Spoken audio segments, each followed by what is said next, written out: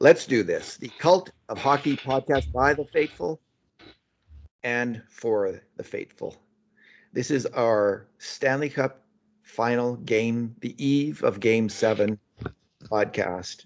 Who'da thunk? Who'da thunk? I'm here tonight with Bruce McCurdy and Kurt Leavins. Welcome, gentlemen. Good evening, David. Good evening, Kurt. Fellas, here we are. Here we are, Game 7, Stanley Cup Finals. When does the puck drop? Oh, shit. Soon enough is the answer. Well, we're going to go through in this podcast. We're going to go through a number of comments. Everyone's just chewing up social media with all kinds of interesting comments, and I've picked what I think are some of the highlights, and Kurt has as well. And we'll go through them. But first, I just want to start with a bit of a somber note, and it's about a former Journal colleague of mine, Tom Barrett, who has now been hospitalized with Alzheimer's disease. Bruce, what have you read the post on Tom? It's just from his partner Donna, and wonderful lady who's really connected with Tom and changed the course of his life. But unfortunately, it's changed again now with onset of Alzheimer's, and he's now staying at, I understand, the Glenrose. Anyway, Tom and Donna, our thoughts are with you. I've known Tom for the better part of 50 years, David, and I know you worked with him in the Journal for a long time, and you guys worked together on certain projects, including one fairly infamous one. Indeed, and Grant Pierre's cocaine problem. Yeah, Tom, I remember I looked at the headlines going, I know these guys. Anyway, it was it's Tom is one of the sharpest baseball hockey fans I know. He was a regular reader, commenter in our comments section in the blog, and also listener to the podcast. So I'm hoping he's still able to do so. And Tom, our thoughts are with you, and Donna as well. That's right, Tom. And for people that don't know, Tom, and Danny too, and the kids. Yes, Tom has a real connection to the Oilers. During these 84, 83, 84 Stanley Cup playoffs, he was the Journal billed him as #1 fan, and he wrote an article. And he wrote one particularly caustic article attacking Billy Smith for hacking Glenn Anderson with his stick. A very famous incident. So, yeah, Tom, if you hear this, our thoughts are with you, and we wish you all the best here. Go Oilers. Danny, Tom's son used to play hockey with my son Kevin. They were on the same team for quite a number of years, so I got to know that whole family quite well. And good people and bad news. Yeah, in many ways the worst, honestly. If you know about Alzheimer's disease, I do. My mom. Yeah. All right, we're all hoping for a great result tomorrow night, of course. And we're going to start with Toronto analytics expert Megan Chayka. I think it's her husband and brother John Chayka started up Stathletes, if I'm not mistaken. If I'm mistaken about that, Megan, apologies. But I think that's the case. And she's deeply involved in it and is a very astute observer of hockey. Well, she's got the best stats, man. She's got better stats than anybody, because she's got league-wide granular stats on individual contributions to the most significant events in hockey games. So, and they sell those to the NHL teams. Here's what she said. She said, quote, this was after the Oilers won in Game 6. This went from one of the worst Stanley Cup finals to the best. The best. Okay. What do you think, Kurt? I agree with the second part, and I know where she was going with the initial part, because look, it was 3-0. Yeah. But I think anybody who watched the games, and I have no doubt she was watching the games as well. 2 of those games were toss-ups, and I think could have easily gone either way. Even though the series sat 3-0, it could have easily been 2-1 Florida, 2-1 Edmonton.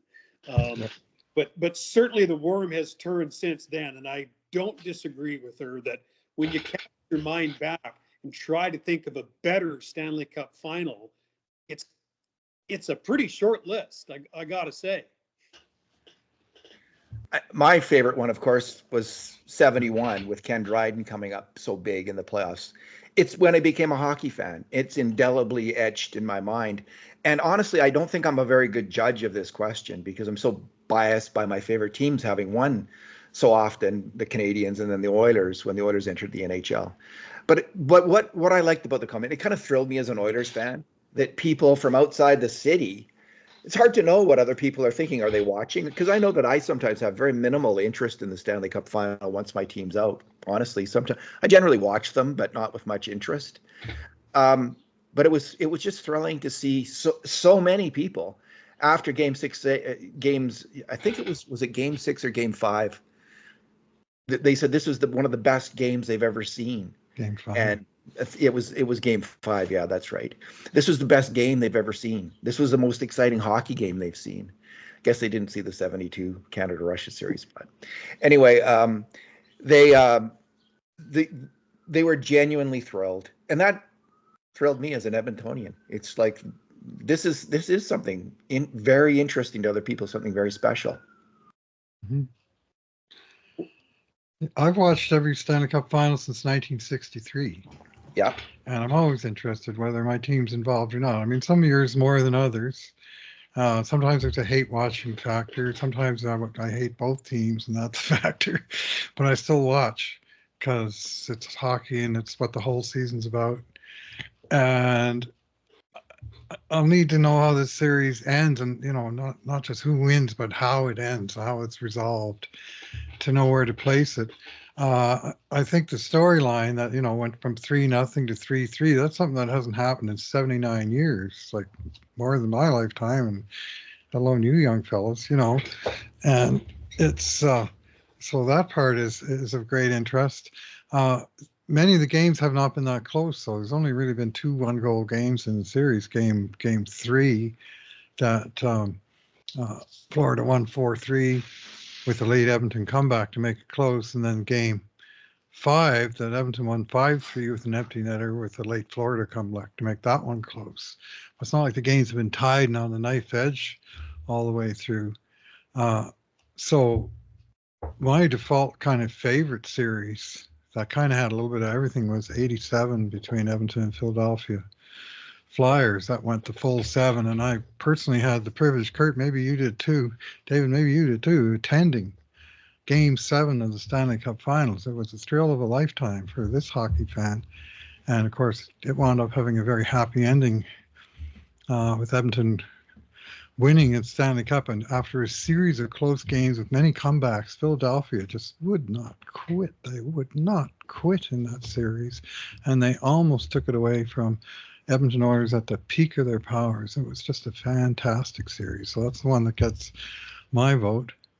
71 was memorable, David, but I was a Habs hater at that time. I didn't really like the outcome of that one. No. I just thought in that Flyer series, to me, like, how you always tweet, Bruce, sometimes sardonically, never in doubt when the Oilers win. I honestly felt that in 20 hindsight. In 87, it felt never in doubt to me. Like the Oilers were just a better team, and we get around to beating this team sooner or later. So to me, there wasn't the tension. I just felt the Oilers were going to win, and there's way more tension for me in this series, honestly. Wow. Kurt, let's move on to our next comment. What do you got? This is a quote from Jeff Merrick of Jeff Merrick and Elliot Friedman, and the quote is, "The Panthers look rattled." And that statement came out of Game 5. And after Game 5, I had a conversation with a group of friends, and I said, when I look into the eyes of the Panthers right now, I see panic. I truly think that was like uh-oh moment, and I think that's what Merrick was referring to. And then, of course, after the results in Game 6, carefully watching and listening to all the comments from the Panthers side after the fact, and the fact that there was no media avail for Sergei Bobrovsky. That smells like panic to me. And that's what that quote from Merrick made me think of. Smells like team panic. So I'm going to agree with you and disagree with you, Kurt. I think so. Here's my disagreement part. When you look at the grade A shots in the last two games and the 5 alarm shots, the subset, they've been almost exactly the same. 12-11 in game 5 for grade A shots favoring the Panthers. And some of this is score effects in both games. They're fighting back. And then 6-6 for the grade A shots in the next game. Or maybe it's 8-8. I might have that wrong. Is it 8-8, Bruce? I think it is. I think it was 6-6, yeah. Was it 6-6? So yeah, it was really the lowest event. Really so low. We've had these incredibly tight games.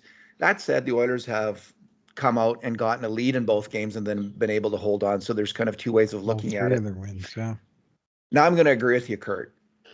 I think that the Oilers' breakout play, the speed with which the Oilers are attacking. Using the middle of the ice. Yeah, I'm using the middle of the ice, breaking up the middle of the ice, and then having the players who can exploit that in Hyman, Janmark, McDavid, Henrique, attackers like this. It's totally, it's not. I don't want to say checkmate because we don't know what's going to happen next game, but in terms of a strategy to counteract the Florida strategy, it is the perfect one, and I don't think they know how to react. I think they were actually covering up for a defense with their high pressure aggression in the offensive zone and forechecking in the neutral zone, pinching so hard. I think they were kind of covering up a little bit of a problem on the team, which is their defensive coverage. The defensemen are good on this team, but they're not great. And they're not great playing the rush. They're not great in their own zone. Like a lot of teams don't have great defensemen. The Oilers aren't necessarily great at those two things either. They're not. But that high pressure of the Florida Panthers, you didn't have to play a lot of time in your own zone. It was all about keeping it in their end of the ice, and it really worked because they did so well, but they had never come up against the team that has the speed and skill. And now the aggression of the Edmonton Oilers. And what's happening as soon as you get the puck, and if that's open, if that weak side pass up the weak side of the ice is open, Ekholm's looking. And he's fine. You watch that second goal. He takes a peek over his shoulder. You hear Janmark yell for the pass. You hear Janmark, yeah. You hear him yell, and boom, they're off to the races. And I think Paul Maurice complained about his team's not playing fast enough. Well, they're not playing fast enough because they aren't, as you say, Kurt, they might be a little bit shell-shocked by this blitzkrieg of the Edmonton Oilers. Yeah. And if you think back to our podcast that we did before this series started, remember my comment? I said, they're a good defensive team, but I don't see a Norris quality defenseman on their blue line. And this is kind of what I was alluding to. I think their blue line's fine, but I don't think they have an attacker of Evan Bouchard's quality, and I don't think they have a defender like Matthias Ekholm's quality. And I think you're describing that the neutral zone breakout brilliantly. And I do think it has, to this point, largely negated the Florida forecheck, especially over the last 3 to 4 games. Yeah, that second goal, my son and I watched that goal over and over again, and we were just quite fascinated by it. And it was Gustav Forsling, the NHL's plus-minus leader this year. Was it plus 56? Was the best figure in many years. Oilers hung a -3 on him in that game. And that was one of the goals where he was pinching in the offensive zone, aggressively down to the hash marks or a little beyond. And Connor Brown beat him to the puck and beat another Panther with the pass that he rang around the end boards to Ekholm. And all Ekholm did was propel it on its way that it was already going and give it an extra boost, shoot it all the way around the boards, and it went all the way to the far blue line. It got there just as Matthias Janmark, who yelled for the pass, also got there. He was onside, and there was only the one Florida defenseman back. And when Henrique joined the rush, it was 2-on-1. And Forsling, for he's a very fine player. I've been impressed with him, but he had no chance to get back in this play. And one great pass and one great shot later, and it was 2-0. And just basically perfect execution by the Oilers, right from Brown, who didn't get a point on the play, to Ekholm, Janmark, and Henrique, who did. And it was a 4-way play where the puck just went faster than Gustav Forsling could skate, even though it went a circuitous route and he went in a straight line. He couldn't get there. Yeah. So how do you shut that down if you're Florida? Is what we've been puzzling over at my house. Like, what tactic do you use? And I guess you could try to have the second defenseman who's pinching on the strong side not be so aggressive on his pinch, and then cover for the other guy if he gets beat on that 50-50 battle on the weak side pass up to center ice. But then you're not the Florida Panthers. Then you've taken away your strength of forechecking. You can pull back your center, your F3 or your who's ever high, and have him play higher. But again, their whole system depends on that forecheck, and they create trouble for the Oilers on that forecheck. That's their main offensive play. And so it's a conundrum, and that's the conundrum for Paul Maurice. Here's the next comment. This is from Oilers fan Ollie at Mrs. Lethal on Twitter X. Her quote is it just me, or are the Oilers getting better every game? Bruce? I don't think it's just her. I mean, the Oilers, I think they got worse between games 1 and 2. I thought they kind of laid an egg in game 2, frankly. And of course, that was the game where they lost a forward and a defenseman in the first half of the first period, which obviously did not help the cause that night. But in the game 1, they played all right, but they couldn't score. And game 3, they came back but couldn't quite tie it up. And then since then, it's been more and more Oilers. I mean, you could argue, I guess, that their very best game was game 4 that they won 8-1. But the score doesn't matter so much as the process. And you can make a strong case that they've, gradually ramped it up from game to game. Kurt? As you know, my column this morning focused on confidence. Yeah. And I think that goes hand in hand with what that person said. I do think the Oilers, with the exception of game 2, I agree with Bruce on that, have gotten better game after game. But I think it's because of a rising level of confidence. And confidence is everything in sports. If you believe you can do it, then you can, until someone proves you can't, and that's kind of where I see this series now. I'm not a big believer in momentum from game to game, but I am a big believer in confidence. And when I watch the Oilers talking and how they're carrying themselves these days, they don't look like the pressure's on them. They look confident. Yeah. And Florida doesn't. Now, that doesn't mean don't bother playing the game. It's all over. Certainly does not. Florida scores the first goal and bam, it's a whole new hockey game. But confidence, man, it's a tough tide to turn. According to my eye, the Oilers have it in their favor right now. Well, there's the photo of McDavid strolling into practice with his cup of coffee this morning. They're all with their coffees, looking like boys, like young boys, having a good time at the hockey game. And so there's a meme where people are putting the jitterbug music from Zoolander, when Zoolander and his buddies are drinking their mocha orange frappuccinos. Anyway, my answer to this question is that the Oilers were actually pretty good in the first 3 games, except for game 2. They had the grade A shot differential they doubled them in games 1 and 3. I think what they've really gotten better at is exploiting Sergei Bobrovsky. I think Bobrovsky is unparalleled in tracking side-to-side passes and crease passes, and his movement from side to side for those one-timer shots. He reads them exceptionally well. He's really good at them. If you come at him, though, 1 billion miles an hour with speed and you fire away, he seems like he's a league average goalie. And at least that's what I've seen in this series. So I don't have a book on Sergei Bobrovsky. I can't say what's happened over time. But what we're seeing is the Oilers doing less of the trying to make the pretty seam pass. They were making them and they were getting off shots, but they couldn't beat that guy. And instead, they're getting it. They're moving in, and in the offensive zone, they're coming in from low. Then they go back to the blue line high, and they then attack the net directly. So both off the rush and in the zone, I'm seeing a lot of direct attacks on the goalie rather than try for that extra pass. And even though the grade A shots have been equal, the last 2 games. The Oilers are beating Bobrovsky, I think, in part because of the tactics. So I do think they're getting better as well. I think Bobrovsky is an east-west goaltender and a really good one, but the Oilers are playing a north-south game right now. And I think that's the difference. Kurt, what's your next comment? My next comment is just do the little things. The bigger things happen.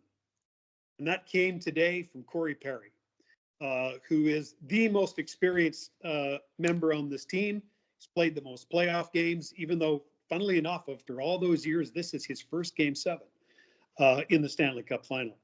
And I just think that it's great advice from a smart veteran player. Just do the little things because the big things happen. And I think what he's saying there is don't change who you are. Don't change how you're playing. Mind your business, do your job, and everything else will look after itself. It seems like really simple wisdom. And I know from years playing against Corey Perry, we probably would never want to admit that Corey Perry would have anything simple or with wisdom. but now that he wears the oil drop, maybe we can admit that he can bring both. And I just think, boy, if that's one of the things that you got this guy for, then what a great message to give to his younger teammates. Mm-hmm. Pay attention to the process and don't get caught up in what the end result's going to mean.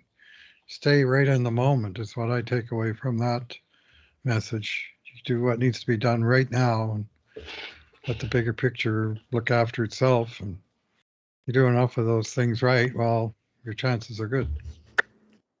I take it especially, in all the, like the coaches always talk about now the details of the game, right? Like we have to get the details right. This is one of the code words of hockey these days, but it is true. It's always about staying on the right side of your man in the defensive zone, looking for the danger man coming into the slot, putting the puck in the right place when you're dumping it in, at the right moment so you can get off the ice, do the line change right. All of these details are absolutely critical, and the Oilers are really doing them well. And I think that's why we're seeing in these final 2 games, the Oilers have limited the Panthers, even with score effects, even with the Panthers desperate to claw back the 12 and 6 grade A shots. That's amazing defensive hockey from the Edmonton Oilers. And when they're holding a lead, that's just unreal, outstanding. They didn't do that in Game 6 against Dallas. They weren't able to accomplish it.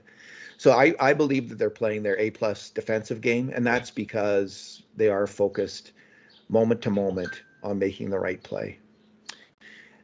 The next comment I have is from Oilers fan Bookji, and he says, and because he's a university professor, I'm going to trust his math. I haven't verified this, but he says, if you do the math in these playoffs, the Oilers are about 2 times as likely to get scored on in 2 minutes of regular strength play than they are when they have a penalty. It's true. It's amazing. Unquote. Bruce? Well, they've played something like how many minutes? Basically 5 minutes a game on each unit, which is 2 hours of over 24 games, 2 hours on the power play, 2 hours on the penalty kill. And they've scored, I think it's 22 power play goals with no shorties against, I might add. And on the penalty kill, they've allowed 4 and scored 3. You know, like they're -1 in 2 hours of 4 on 5 or even 3 on 5, you know, the various permutations, mostly 4 on 5. But they have in the first series, they gave up no power play goals, didn't score any shorties. In the second series, Vancouver got 3 on them. In the last 2 series, Edmonton's penalty kill unit has outscored while they've been out there, right? They got 1 shorty against Dallas, and Dallas never scored at all on the power play in a 6-game series. And now again in the finals, we have 1 power play goal for Dallas in Game 2. And Edmonton responded with shorthanded, hugely important shorthanded goals that gave them the lead to stay in Games 4 and 5. And it's a 2-1 series in the current series. I mean, this is almost unheard of in terms of the shorthanded team not only pitching close to a shutout, but even generating some attack in the process. The Oilers are the first team since the 91 Penguins to score a shorthanded goal in consecutive Cup final games. I believe it. Any guesses who the two Penguins were who scored those shorthanded goals in 1991? Ron Francis? No, was he even on the team then? He was. I think he was with him yet, but that would have been a good guess. Mario Lemieux, I'm going to guess. Yep. Ding, ding, ding. That's one. The other one's tougher. I can well imagine, because that was pretty easy. Kevin Stevens? No, he didn't play the penalty kill. Ulf Samuelsson. Bob Airy. Oh, Bob Airy. Yeah. Well, he was a full-time PKer for that team, and he was. He was their Derek Ryan. Yeah, he was their Derek Ryan. Yeah, he was their Warren Fogle. We all went into this playoffs, and if someone said a special teams unit on the Edmonton Oilers is going to execute a historically good performance, one that people will be talking about who saw it for the rest of their lives when they talk about that special team, and we would have all said the power play. But it turns out, wouldn't have been wrong in the one sense, because they've been really good. Yeah, I don't know if they're still up there with the very best in history, but they're close, right? You're right, Bruce. They're challenging, if not the best. They're challenging for it. But this PK has been historic, and it will be, depending on what happens in Game 7, if they keep it up. I mean, the one goal that they allowed was in the final 6 seconds of the PK too, so they all count those. They started to switch out for their post PK personnel, and they got caught. Yeah, that's exactly what happened. Next comment this is from Ontario hockey writer Sean McIndoe, who goes by Down Goes Brown, writes for The Athletic. His quote: "Would a Panthers loss be the biggest collapse in NHL history? Yes, and it's not even close. They've got one game to avoid infamy," unquote. Whew. True? Interesting. My family was watching the supper time news out of Vancouver this evening. And as much as you might think that nobody in British Columbia cares about the Oilers, it's a big story out here. Everybody's talking about it. There's Oilers jerseys everywhere. And the journalist on television who described the series said tonight, the Florida Panthers are on the verge of the biggest choke job in NHL history. Don't like that word. Considering the Oilers this series should be over by now on a certain level, given the Oilers' dominance.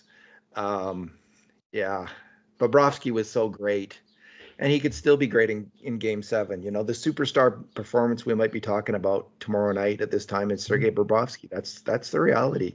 He could still get it done, and it's going to take him, I think, to do it. But it is, though, I think, probably the biggest. The biggest. Let's not use the word choke. What did Down Goes Brown say? Just comeback, failure, collapse. I think that's a good word for it. I mean, I don't want to discount what happened in 1942, but I think hockey historians somewhat discount what happened in the NHL on some level between the 8 years of 1940 and 1945. There was a rather big event at that time that was taking the world's attention away, and many of the best players in the NHL. It was a vastly watered down league. There was only 6 teams in it, I believe, at that time. There was only 2 rounds of the playoffs. This is a more significant series. It's the last of 2 of the 32 teams. It's Connor McDavid and Leon Draisaitl's cup or bust season. It's a big season for the Florida Panthers, 2nd year in a row they've been here. The NHL is a much bigger deal. It's much harder to get to the Stanley Cup Final now than it was then, essentially. Way harder. And for that reason, I think, I think it's a sound statement if this were to happen, but I'm not counting on it happening. I don't know what's going to happen. Yeah, we don't know what's going to happen next, right? I mean, I'll just bring up not quite random because it follows the scoreline game. from the 1990 playoff run where Edmonton Oilers won the Stanley Cup. And they faced in Game 6 in Winnipeg elimination, down 3-2. And the Oilers jumped all over the Jets and had a 3-0 lead in that game. And then Winnipeg came back, wham, wham, wham. And just like that, it's 3-3. And you know, it's, clench time for sure. Pucker up time even. And recriminate, like, it was hard not to say, you guys blew it. And then Yari Curry wires home a laser into the top corner. Edmonton gets the lead, and they go on. They win 4-3. And if Florida does that tomorrow, we can file that C word where it belongs, because it won't even apply. It took them a while, but ultimately they got there. And so it's entirely premature. Much as I like Down Goes Brown as a writer, it's just to be writing about the series. If this happens, then we can say that. Well, why don't we wait to see what happens, and then we can draw our conclusions. Florida could throw a couple outside shots at the net early in the game tomorrow that could both find their way in. Teams score a lot on that play. We know teams score a lot on the outs. The Oilers are starting to score that way. Yeah.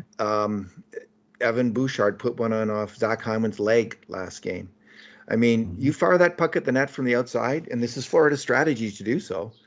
Good things can happen, and bad things could happen to the Oilers. They could get down 1-2-0 early on, and then it's like, whoa, what happens then? We'll find out. Kurt, what's your next quote? What a time to be alive.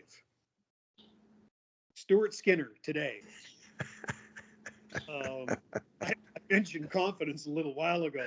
You got to like heading into a Game 7 where your starting goaltender's quote is, "What a time to be alive."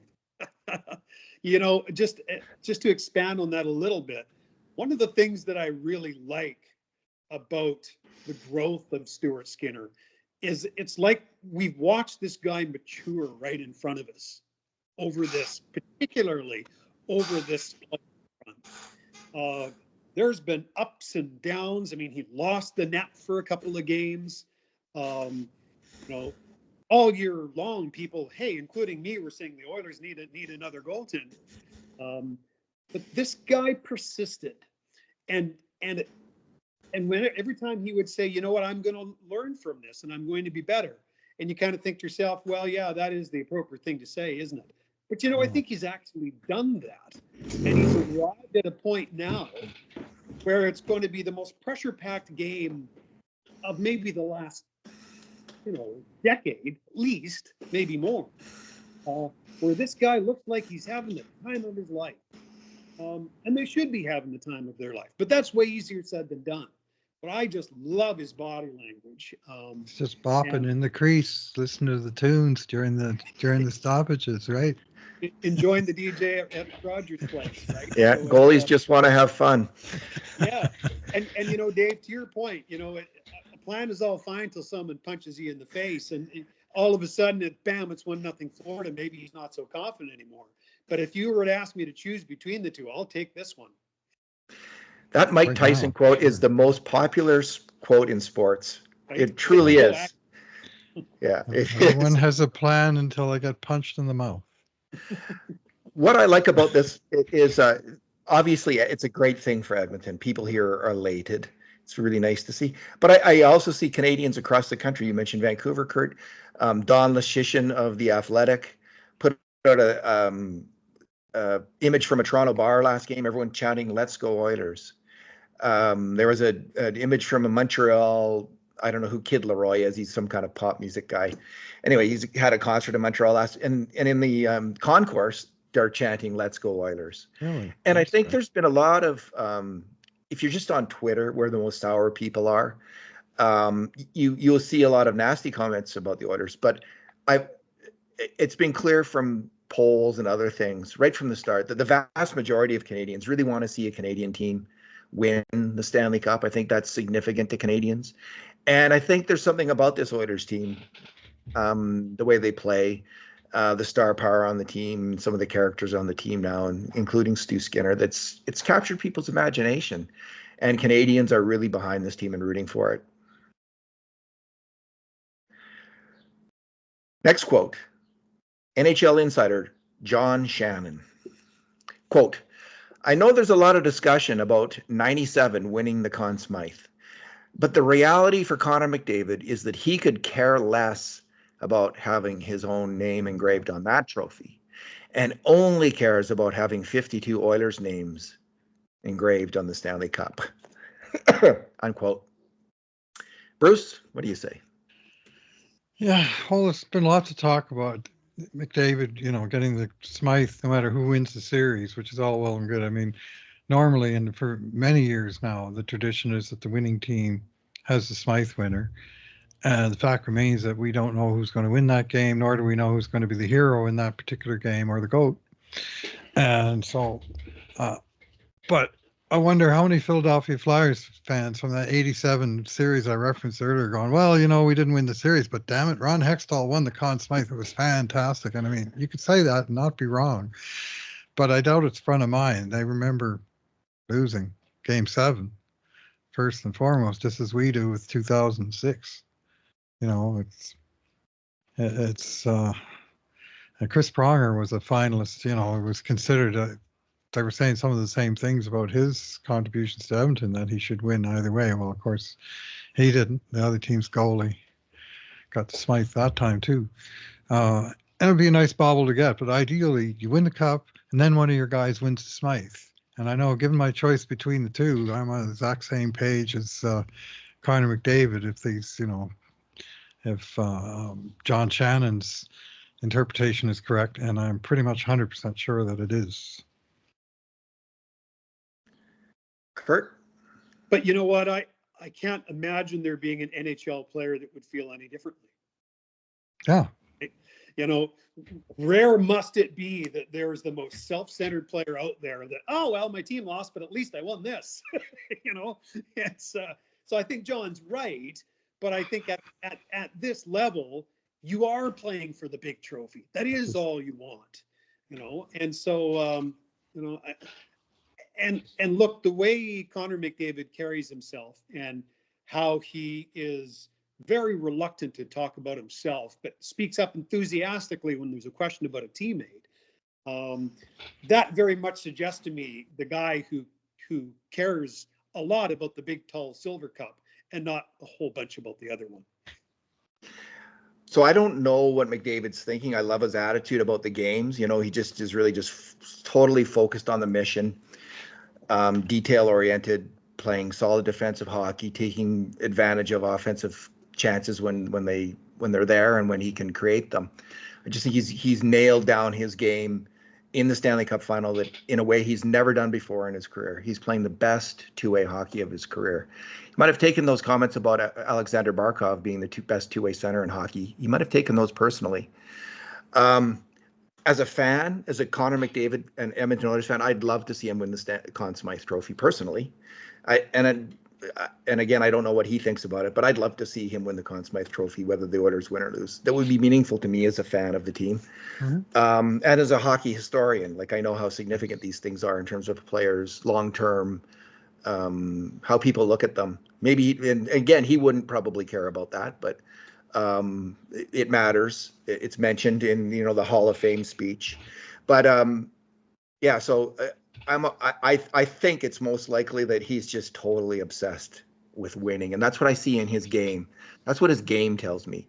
That all he cares about is he's willing to not have a grade A shot next game if he can shut them down on defense and help his team win.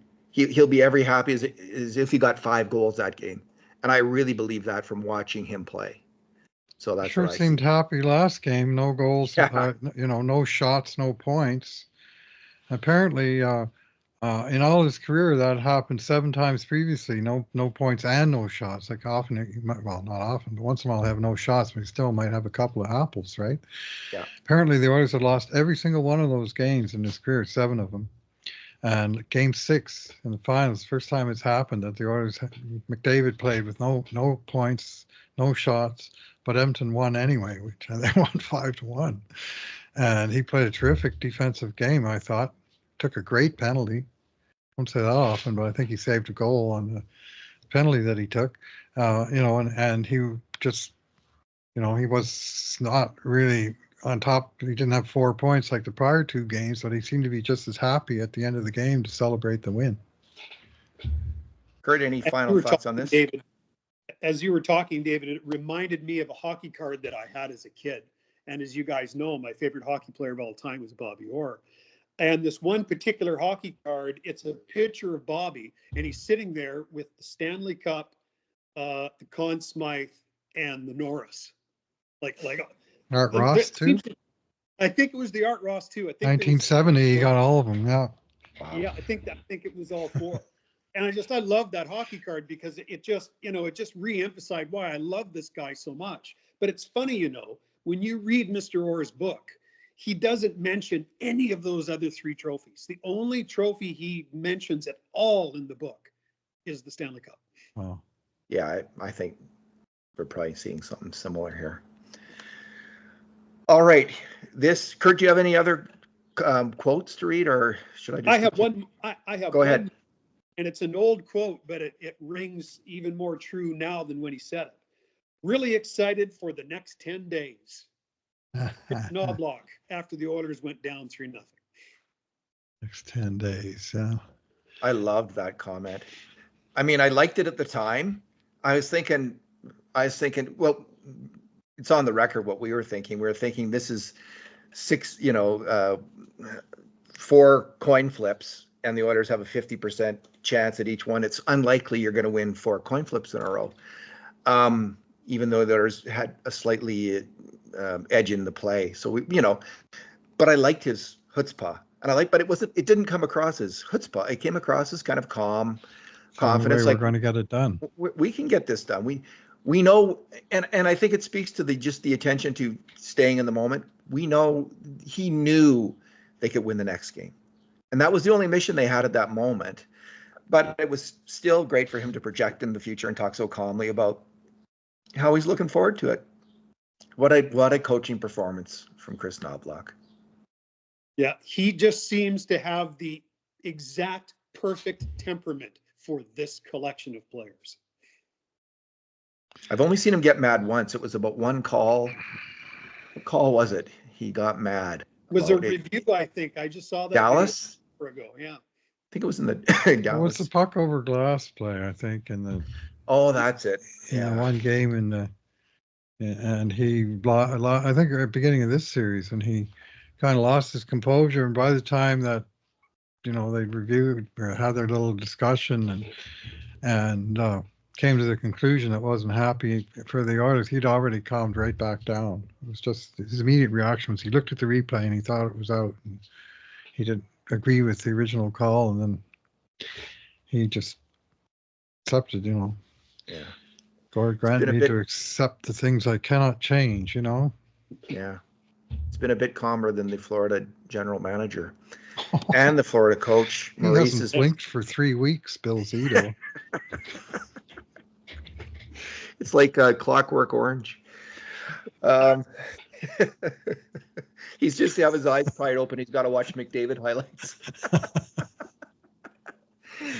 He's one intense dude. Yeah. Okay, we have from Oilers fan coach Lenny. Quote, apparently we needed a goalie, not an older third line center. Gotta love those armchair GMs. Mm-hmm. I thank the hockey gods every day for Ken Holland. It's not only the coach making the right calls. Ken's reason for addition without subtraction. Maintain team chemistry. And I'll just quickly weigh in on that one. I was thinking about this. The one thing that Ken Holland has preached from day one and has lived out in the process of the Edmonton Oilers, the way he's run the team, is patience. Every player that's brought into the team is brought in for a reason. And if you're brought in for a reason, you get a chance to show that you can do it until you can't. But you get that opportunity. And it's happened with player after player after player. For instance, there was a process with the goalies this year. They brought Jack Campbell in for a reason last year, and they were going to give him another shot this year. They did that. Didn't work. So then they go with Stu Skinner, and they stuck with him. And as everybody's howling to bring in another goalie, Ken Holland's thinking, well, we signed Calvin Pickard for a reason. We're going to give him a shot. And Calvin Pickard starts playing well. And then Stu Skinner, with time, figures it out. That's just one example of Ken Holland's patience. And I think it pervades the organization at this point. And he's got a coach who's fully aligned with that approach right now. So I do give Ken Holland credit for having that kind of patience. We've seen it in the development, I think, of players like, and I know there's controversy around this, but Bouchard and now Holloway and Broberg. Ryan McLeod. They've been patient. They've stuck with these young players, and they've taken their time in promoting them, developing them. But it seems to be paying off. So, Kurt, it's not quite the same example, but here's where I'll inject the name Adam Henrique, where I think it's fair to say less than 50% of respondents when he was acquired were wild about the idea. But if you look back on it now, isn't he exactly the forward that this team needed? I mean, look at the contribution he's making in all three zones. The guy has 2 game-winning goals in the Stanley Cup Final. He's played on the first line, the second line, the third line, and the fourth line, on the second unit power play, and on the penalty kill. Gee, is that all? Maybe it was an okay acquisition after all. And as you know, I'm lobbying for them. I know the math will be tough. Yeah. I'm lobbying them to keep him because I think he's the third line center that this team needs. Yeah, well, he's also played center and wing, like he was McDavid's winger in the early series, and then he got hurt. And when he came back, lo and behold, now he's the 3C that not everybody seemingly could agree that Oilers needed. Well, that line with him and between Janmark and Brown, they've been crackerjack. I think it's been their most consistent line. It's the line I'm most confident out there is not going to get scored on, although they did the other game. Does happen, but rarely. Yeah, and there was as much as recently as 2.5 weeks ago when Henrik was still injured, people were extremely bitter about that trade and making all kinds of pot shots online about a guy who was injured. I mean, it's not his fault he got injured, but and I think in fairness to Holland too, like he did his first priority. He knew they needed a right shot D-man. They knew that they weren't adept there, and they tried to get Chris Tanev, and Chris Tanev turned them down. He chose Dallas. I mean, that's now clear. So how'd that work out for him? Yeah, well, it worked out actually pretty well. I think if we had Chris Tanev, some of the earlier series might have gone a little faster, Kurt, is the truth. But on the other hand, I don't feel bad for Chris Tanev. How did it work out for him, I think, is what you're asking, right, Kurt? Yeah, exactly. Yeah, fair enough. Oh, okay. Enjoying the finals? Yeah. Yeah, Kurt. Well, you live with your choices in life, I guess. Adam Henrique, the other need forever has been a third line center. To have a functional checking line. They could never win the cup if they didn't have a functional checking line. And they haven't had that really, at least one that they trusted, at least the other coaches. Like you could argue that Jay Woodcroft had that in McLeod, Ryan, and Fogle last year, based on some of their numbers in the playoffs. But in the crucial game, their coach didn't trust them against the Eichel line, and he put the Draisaitl line out there, and it was a mismatch defensively. The Oilers got caved. They needed this line. They needed a third line, and Adam Henrique has proven to be, along with Connor Brown, another player who's like all kinds of criticism around him. And there's again the famous patience with Connor Brown kicking in, and Janmark. This line of heavily criticized players has been just fantastic in a shutdown role. Just the kind of third line Stanley Cup challenger needs to compete. And they've been scoring. Like the 3 of them got 4 goals in the last 3, the wins. Yeah. Right. Henrique's got 2, and Brown and Janmark each got a shorty in that span, just the last 3 games. So it's not just shutting down; they're actually outscoring, and not with favored minutes, to say the least. Final quote. This is from Oilers fan Schmitty the Goat. And he says, quote, anyone else unable to think about anything other than Game 7 coming up? Unquote. What about you guys? Are you have you been able to concentrate on other stuff, or how's your mental state? Personally, this whole finals, it's been kind of surreal. And I've been, not sort of almost detached in a way. That's fatalistic is the better word. whatever's going to happen is going to happen. For a long time, it was just bad stuff that was happening, and it just sort of taken the slings and arrows, and then it started to turn around. And I'm certainly, when the games are on, I'm really enjoying them and involved in watching the games. But in between times, I've been watching the Euro, going for my walks. A trip to Red Deer yesterday. Didn't spend the entire time obsessing about Game 7. It's when its time comes, that'll be the time. But it's strange because it's not my usual way. But this season is sort of, well, we made it to the finals. Everything's good. Let's see what happens, kind of thing, as opposed to living and dying with every rumor between games, for instance. It's been a very unusual final for me. As you guys know, my son convocated from university this week. Way to go, Brandon. Well done. He would say thank you very kindly. And so our family spent the better part of the last 4.5 days on the road, driving over the mountains, trying to get to Edmonton to the convocation and then back again. And so the truth of the matter is, I have the Sportsnet app, and we went into a social media blackout. And until we got them to the motel that we were staying in that night, it was see no evil, hear no evil. And then once we finally got settled into the hotel, okay, now let's play back the game and see what happened. So I was spending the better part of entire days driving the Trans-Canada, thinking, I wonder how the game's going. I'm wondering how the game's going, but forcing myself to wait until I watched it on repeat. So I'm looking forward to watching Game 7 in real time. Yeah, I bet. think it'll be less stressful. Bruce, I really related to your comment, and I don't know. I think I'm a much different fan than I was even in 2006, certainly than I was in the 80s when I was in my 20s.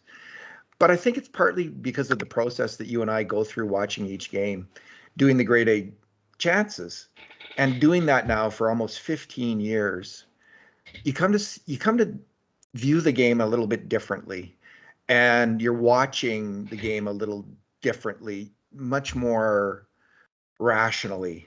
And I have a far greater understanding of what goes right and what goes wrong in a hockey game. So what I'm looking for, what I've come to realize this year, and after last year's playoff loss, I'd always been hoping that this Oilers team, McDavid, Draisaitl, would morph into the 1980s Oilers. And I was an enthusiastic, exuberant believer that that could happen. After the loss to Vegas, it just hit me like a 1,000-pound weight. Like, this is not going to happen. They will never win the Stanley Cup trying to be that team. They might not even be better than the Avs at that kind of hockey, for one thing. And they're not going to get by these big, heavy defensive teams, aggressive teams like Vegas and Florida, Dallas. If they keep playing this way, they will never win. And clearly that attitude set in with the Edmonton Oilers. They all realized that Jay Woodcroft revamped his defensive systems. They were all saying the right things about playing solid defensive hockey. Now they got off to this weird start, but Knobloch came in, stuck with the defensive system, the zone system, simplified it a bit, explained it well to the players, and he's had incredible buy-in. And they've played better defensive hockey this year. They've had more A and A+ defensive games this year than they've had the entire previous era in the McDavid era, I'm going to suggest. They've probably had 30 A or A+ defensive games this year. And before, it would be 5 or 6 a year when they were backs against the wall. Totally, they try to clamp it down on defense, and sometimes they do it and sometimes they wouldn't. Against those series in LA previous years, they were losing those series until they finally got serious about playing defensive hockey. So what I'm watching now, I'm really watching for that. Like, are they doing it? Are they playing that style of game that will take them to win the Stanley Cup? And I think they've been doing it. They've been doing it more and more. And I think for me, the moment of I don't know if I'll ever feel elated about the team because I'm just kind of skeptical and judging, honestly. But I think I might have that elation if they play that game and they win this Stanley Cup. Maybe it'll hit me then like, wow, they did it. That would be something. Yeah, I've been keeping some of that bottled up for sure, and I'm sure that that cork will pop if the opportunity arises Yes, me tomorrow. too. We'll be weeping on this But podcast, Bruce. You Maybe know, I will Dave, be. you never I will know. be. David, I agree with everything that you just said, and I know when I'm doing game grades, I'm far less emotional when I'm watching a game and way more analytical. I Yeah. never comment on other people's game grades because I know I'm not looking at all the details the way I would when I'm Right. watching a game. So I just keep that to myself. Um, but to be honest, if they win the Stanley Cup with an 8-7 game, I won't give a damn. No, no, neither will I don't think. Yeah, I hear you, Kurt. I Just hear you. win, baby. Yeah, at this point, Al it's Davis. yeah, all the words and everything. Yeah, it's I don't care how they win either, honestly. Although I do think that's how they have to win, and I Right. don't expect that's going to change. Now, I'd love to see another 8-1 blowout, right? Where Stu Skinner comes up with a few miraculous saves early in the game, and it's like that was an '80s era win. That's how it happened with Grant Fury. He shut the door when he needed to, and then they blew the doors off. I don't think they're going to win like that tomorrow night. If they win, I think it's going to be the way they need to win now. If they have an '80s style victory, of course, that'll be just as thrilling or more so. It'd be a lot more of a relief. Might be game 7 in '87. That was a 3-1 game, intense right down to the tail Anderson, end of it. Ryan Anderson who scored the big goal. Anderson who made it 3-1. Yeah, it was Curry who scored the cup winning goal that nobody seems to remember, and then Anderson who scored the clincher. And everybody was, the way Philly had come back in the third period, game after game in that series. 2-1 lead in the third period seemed pretty nebulous, and then to get that, insurance goal with so little time left, that was the loudest I ever heard the Coliseum during a game. I mean, cup presentations and stuff obviously loud, but it was just phenomenal how loud it got in there, and that was the moment. But it came with like 2.5 minutes left in the third period of Game 7. Right? It wasn't like they were coasting home with a big lead. Final thoughts, Kurt?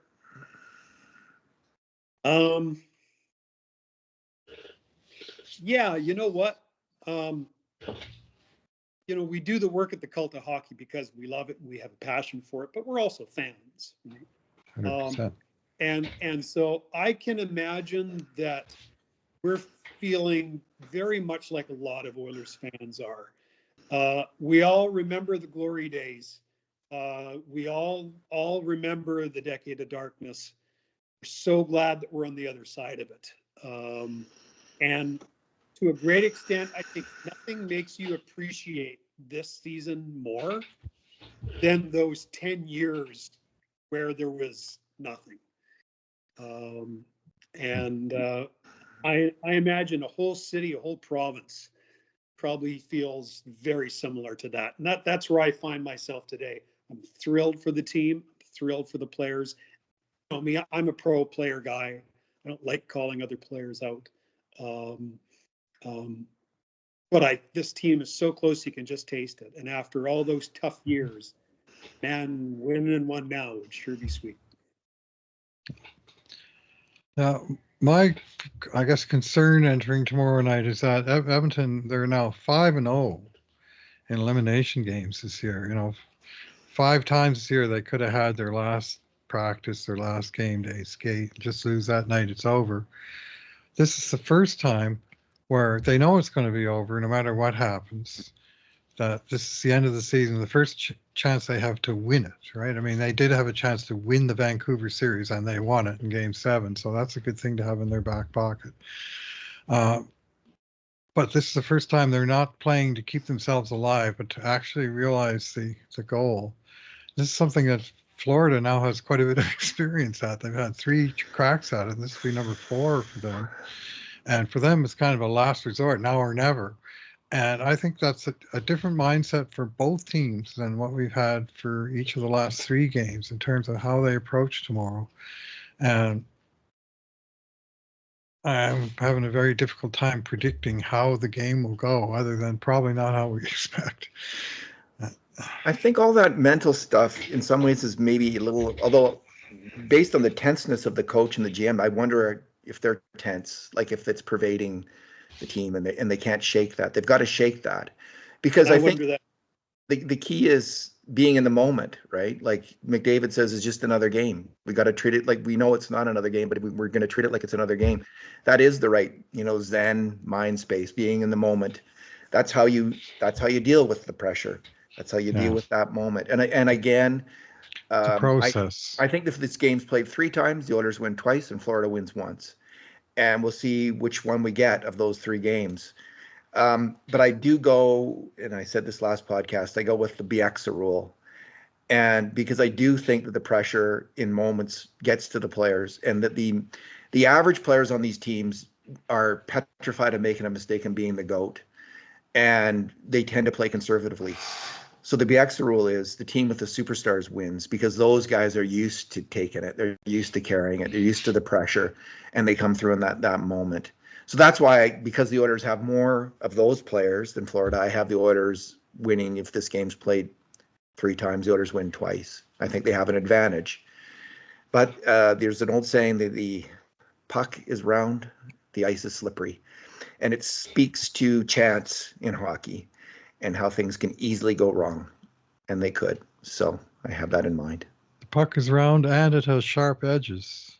It can take any number of funky bounces. Oh, yeah. And the question ultimately isn't who would win. It's not a best of 3 anymore. You could win 2 out of the 3, but if you lose the first one, well, there aren't any second and third ones. It all comes down to the one.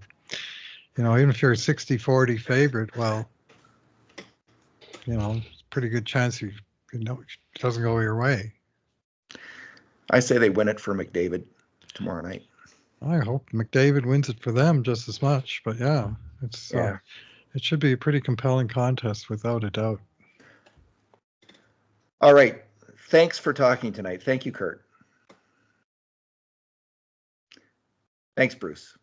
Yeah, thank you both, gents. Enjoyed that back and forth, even though I didn't do any of the homework or pulling the quotes. I got one here, though. Connor McDavid, Edmonton Oilers. It's not your ordinary game, but you've got to make it as ordinary as possible. So a variation of stick to the process and let the big picture take care of itself. Don't get caught up in it while the game's in process. Do your thing, do your job, do everything that you can as right as you can. Hear, hear. Thanks for listening, everybody. And in the meantime, and in between times, this has been another edition of the Cult of Hockey podcast. That was